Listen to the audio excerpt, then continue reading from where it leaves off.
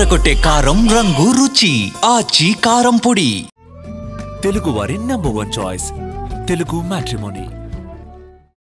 కల్తీ మద్యం దర్యాప్తులో షాకింగ్ నిజాలు, బెదిరింపు letter.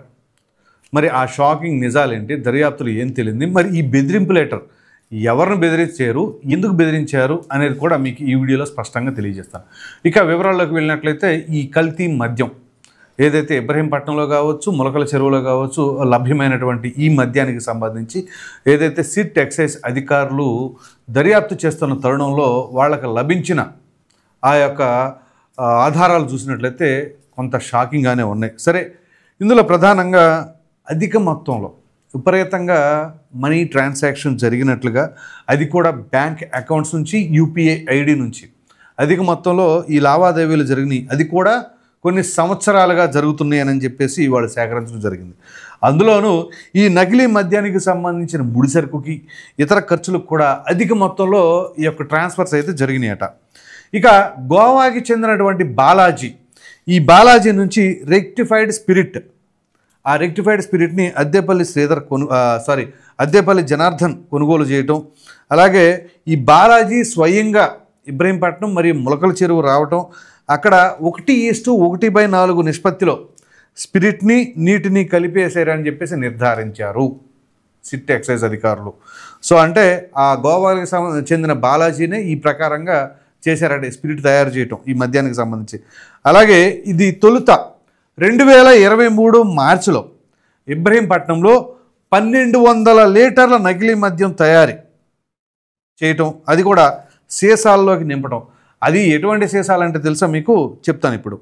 Manjira whisky, Kerala malt whisky, Old Admiral brandy, Royal Lancer, Andhra Gold, Tropicana, Classic Blue labels, ఈ లేబుల్స్ అతికించి సీసాలకి వీళ్ళు విక్రయించడం.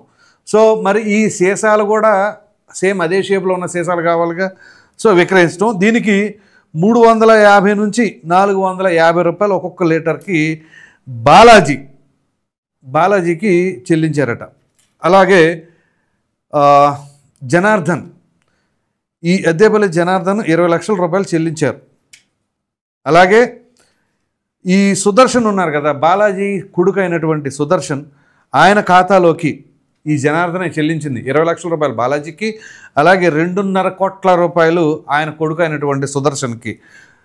అది కూడా ఎలా చెల్లించారు, మొలకల చెరువులోనే పలుమార్లు వీళ్ళు మరి డబ్బు రూపాయనే చెల్లించేసాడ. అది కాకుండా ఏఎన్ఆర్ బార్ అని వీళ్ళకు ఉంది కదా, మనం గత వీడియోలో కూడా చర్చించుకున్నాం.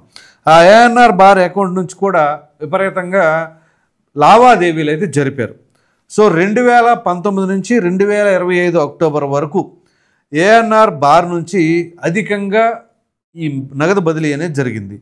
సో జనార్దన్ అకౌంట్ నుంచి 31 లక్ష, జగన్మోహన్ రావు అకౌంట్ నుంచి 8 లక్షలు, జనవరి 2024 నుంచి 2025 సెప్టెంబర్కి రవి అనే వ్యక్తికి 9.5 లక్షలు, అలాగే 2024 అక్టోబర్ నుంచి 2025 సెప్టెంబర్ వరకు A12గా ఉన్న కళ్యాణ్కి 6.5 లక్షల రూపాయలు.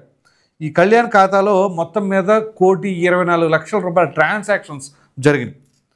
సో అలాగే ఈ లేబుల్, ఈ సీసాలకు సంబంధించిన లేబుల్ ఉంటాయి కదా, ఆ లేబుల్ డిజైన్లకి, వాటి ప్రింటింగ్కి 20 లక్షల రూపాయలు ఈ రవి అనే అతనికి ఇచ్చినట్టుగా అద్దేపల్లి సోదరులు ఇచ్చినట్లుగా ఈ యొక్క దర్యాప్తులో తేలిన అంశం. అలాగే ఈ కేరళ ఓల్డ్ అడ్మిరల్ ఖాళీ సీసాలు ఉంటాయి కదా, ఇందాక మనం మాట్లాడుకున్నాం, ఆ ఖాళీ సీసాలకు సంబంధించి సీసాకి ₹4.50 ఈ చెల్లించి కొన్నారట. అలాగే మూతకు రూపాయన్నారంట. చూడండి ఏ రకంగా పక్కా ప్లానింగ్తో ఇంత అక్రమంగా వీళ్ళు అవినీతిగా చేసి సంపాదించి ఏం చేద్దామని ఈ మద్యానికి సంబంధించిన దాంట్లో వాడికి చెల్లించి, వీడికి చెల్లించి, వాడిని మేపి, వీడిని మేపి, చివరికి ఆ విధంగా వీళ్ళు ఎంత లాభాన్ని ఆర్జిస్తున్నారో చూడండి. అలాగే అక్టోబర్ 15వ తేదీన ఏదైతే దీనికి సంబంధించినంత కూడా బయటపడిన తర్వాత, మొన్న అక్టోబర్ 15వ తేదీన అద్దేపల్లి సోదరుల ఇంట్లో తనిఖీలు చేయగా ఇక్కడ అసలు ట్విస్టులు బయటపడినాయి. ఒక కవర్లో లభ్యమైంది. ఆ కవర్లో మీ 3 ప్రింటెడ్ పేపర్లు, అలాగే చేతి వ్రాతతో రాసిన ఒక లేఖ ఉన్నాయి. సో ఆ లేఖలో ఏముందని చూస్తే అద్దేపల్లి కుటుంబ సభ్యులని బెదిరింపు చేసే మెసేజ్, అది కూడా ఎట్లాగంటే క్రిప్టో కరెన్సీ ద్వారా వీళ్ళు డబ్బులు చెల్లించండి, అద్దేపల్లి జనార్దన్ రావుకి అద్దేపల్లి జనార్దన్ వాళ్ళ ఫ్యామిలీని చెల్లించండి, లేదంటే ఈ విధంగా చేస్తాం అద్దేపల్లి జనార్దన్ రావుని అని చెప్పేసి ఆ బెదిరింపు లేఖలు సారాంశం. ఇప్పుడు ఒక ప్రింటెడ్ షీట్లో ఏముందంటే బిట్ కాయిన్ అడ్రస్, అలాగే ఇంకో దాంట్లో క్యూఆర్ కోడ్ ఉంది. సో ఈ విధంగా చేసి వీళ్ళు ఆ 3 రోజుల తర్వాత ఎవరిచ్చారు ఏంటి అసలు ఈ లేఖ ఎక్కడి నుంచి వచ్చింది అని చెప్పేసి ఈ దర్యాప్తు అధికారులు ప్రశ్నించగా ఆ అక్టోబర్ 15 వీళ్ళు ప్రశ్నించారు కాబట్టి దానికి 3 రోజుల క్రితం, సో 10 నుంచి 12 లోపు ఒక వ్యక్తి వచ్చి ఈ యొక్క లెటర్ ఇచ్చారట. ఇప్పుడు ఇచ్చింది ఎవరో అది తేల్చాలి. ఇప్పుడు ఆ అజ్ఞాత వ్యక్తి ఎవరు, ఆ లెటర్ ఎందుకు తీసుకొచ్చి ఇచ్చాడు, అతను ఒక కొరియర్ బాయ్ లాగా ఉన్నాడా లేకపోతే అత్యంత సన్నిహితుడా ఈ కుట్రకు సంబంధించింది, ఇది ఇప్పుడు ఆసక్తికరమైన విషయం. లేఖ దొరికింది, లేఖలో అద్దేపల్లి జనార్దన్ రావునే బెదిరించారు అని అంటే ఇంకా దీని వెనకాల ఇంకో కొత్త అజ్ఞాత వ్యక్తి రాబోతా ఉన్నాడు.